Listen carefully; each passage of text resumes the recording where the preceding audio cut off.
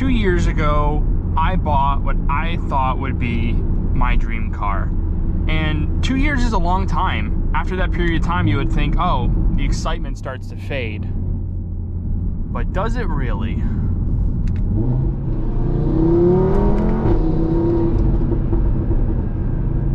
Now, 2 years is a long time. After 2 years, things start to normalize. They start to get old.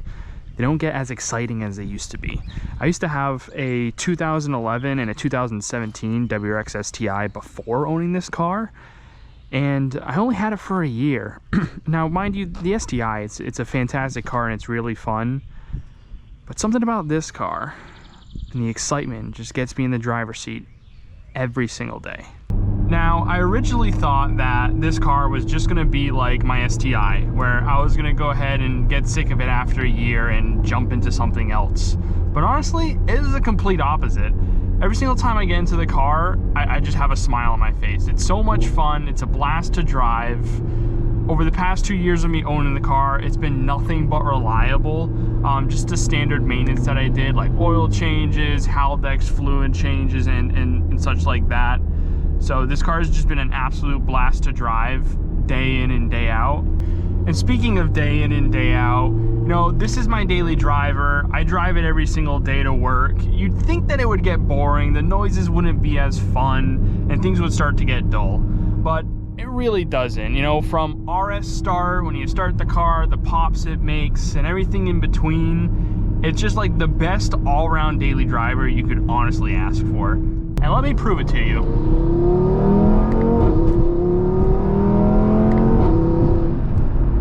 How do you not love that? This car over the past 2 years has been nothing but reliable for me. I've done just very minimal maintenance, you know, the scheduled oil changes. I did a Haldex service on the car. So nothing really too big. I haven't had anything go wrong other than a suspension light, which I ended up fixing, but that was at my own fault because I put coilovers on the car and needed a delete kit, so it threw a code. But been nothing but reliable for me, especially for a car that makes 500 horsepower. Now, I think one of the reasons why I enjoy this car so much is because I slowed down on modding the car. I didn't do it all so fast, build it up to make it this super fast car. I took my time with it.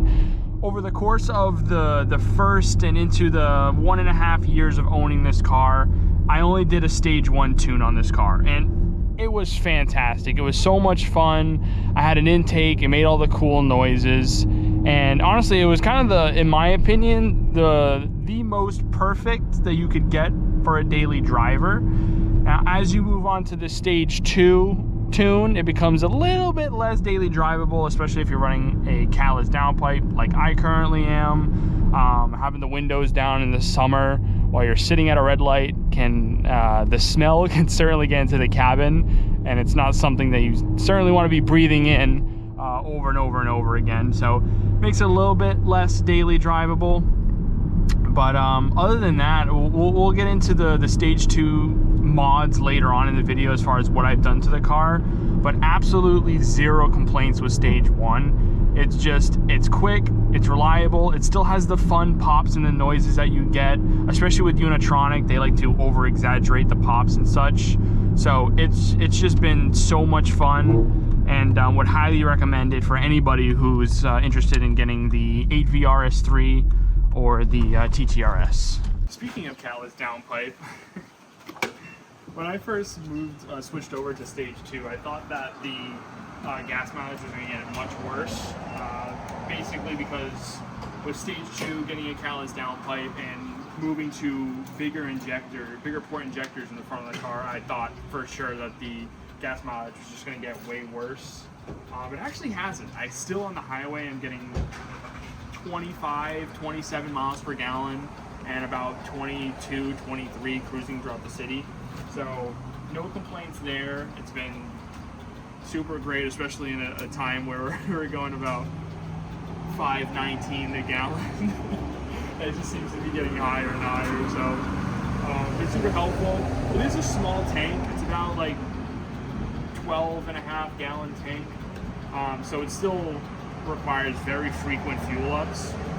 But I mean, my STI that I had was, gosh, I don't know, anywhere between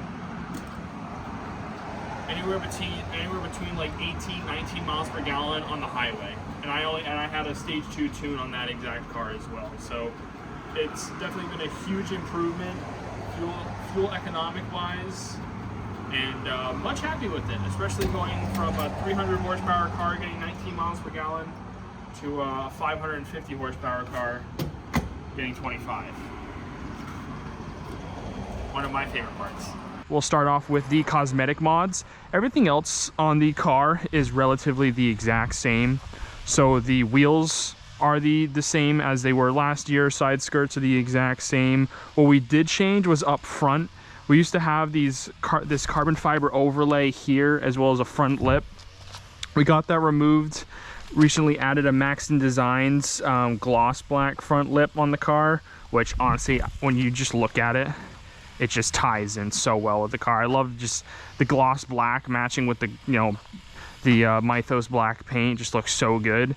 Other than that, there isn't really much else that was done cosmetic wise. I guess you can call this a cosmetic, but we did 340 millimeter upgraded rear rotors. I guess you can consider that a performance mod, but it's definitely a more cosmetic appealing over the stock.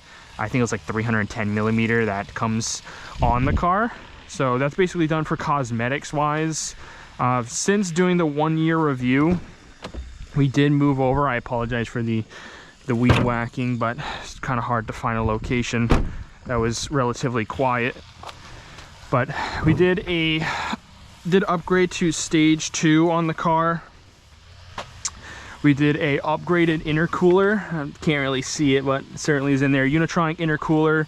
We did, I believe the intake was after the 1 year, if I'm not mistaken. So we did do a CTS turbo intake. I apologize, it's a very dirty engine bay. I can't tell if you guys will be able to see it, but we do have our STM catless downpipe down there going for stage 2. We did do a IE integrated engineering 3-inch turbo inlet, and yeah, basically the car is set up for stage 2, and she certainly drives like she's stage 2.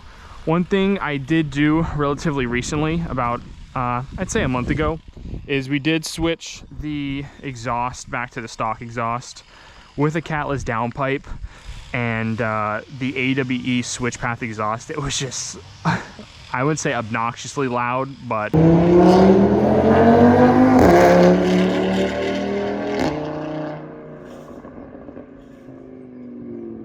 obnoxiously loud.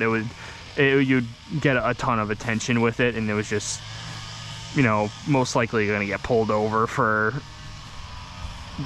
modified exhaust, basically. With the valves closed on this one, it is very tame. It's not as loud as the valves closed on the switch path.